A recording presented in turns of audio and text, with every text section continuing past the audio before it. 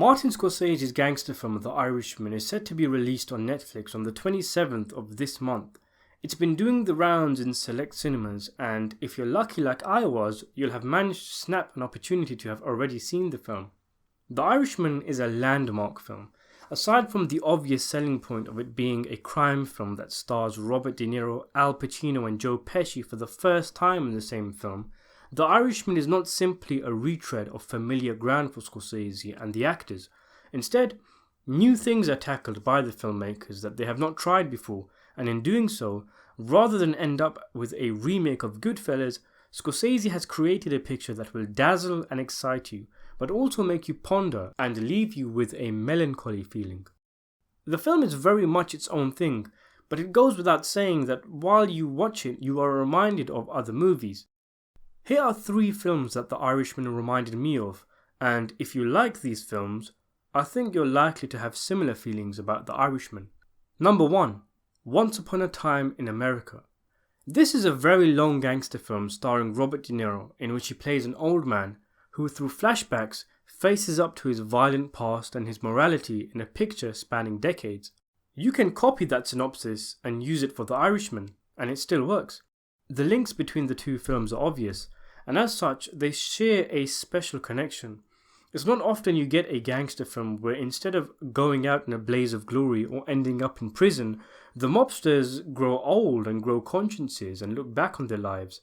Once Upon a Time in America, an absolute masterpiece of a picture, was one of the first gangster movies to do this, and despite the movie containing the kind of entertaining scenes you'd expect in a mob movie, verbal beatdowns, physical beatdowns, shootouts and drive-bys, the feeling you come away from the film with might actually be a sad one, as it really does hit you emotionally. Spurred on by one of Ennio Morricone's finest scores, the movie leaves you nostalgic, yearning for a youth and a collection of characters to reconcile, but a group of characters that never really existed. That's the magic of cinema, and The Irishman also has us see close friends drift apart as they get older, with unspeakable actions occurring between them.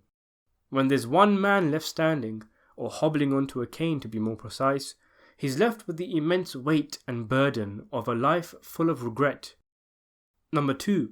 Unforgiven. Again, like with the previously 2 mentioned films, Clint Eastwood's drama, which acted as a curtain closer to his westerns, as did The Irishman for Scorsese's mob cast, sees us witness an aged gunslinger having to come to terms with his past when he accepts one last job. Unforgiven is also concerned with breaking down and deconstructing characters and stories that we see as legendary, showing them for what they really are, warts and all. Which is similar to how many would go to see The Irishman to see a mob picture full of profanity and violence, but will instead be met with a wheelchair-bound elderly citizen struggling to cope after living a life in which he inadvertently pushed his family away from him.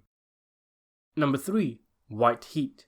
The classic 1940s film noir sees James Cagney play the psychopathic gangster leading himself to his doom after his prison break through his unhinged and volatile methods. His obsession with his mother and his utter disregard for authority means that you know this is a story that is not going to end well for him, but the tunnel vision he has means there will be only one end. There's a comparison to be made here with the likes of Jimmy Hoffa, played by Al Pacino in The Irishman. As the book I Heard You Paint Houses, the 1992 picture called Hoffa, and history itself shows us, the former Teamsters president, after being released from prison, became obsessed with taking back his union, and in doing so made all sorts of dangerous claims to reporters and TV shows which would have turned the heads and raised the eyebrows of the mobsters he had worked closely with for so many years.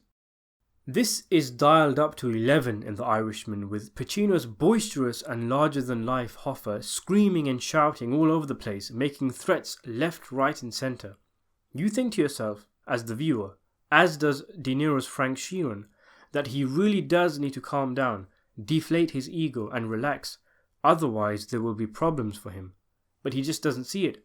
He thinks of himself as untouchable, much like many egocentric Scorsese characters like Tommy DeVito and Frank Costello, and very rarely does it end well for such a character. Now of course, there's a lot of other movies that The Irishman will remind you of The film itself is a swan song of the entire mafia genre, so there's much to love in this film if you're a fan of all the classic mob movies. These were just 3 films that came to my head initially when watching the film. 3 movies which I think might give you a bit of an indication of the kind of film it's going to be. Thanks for watching.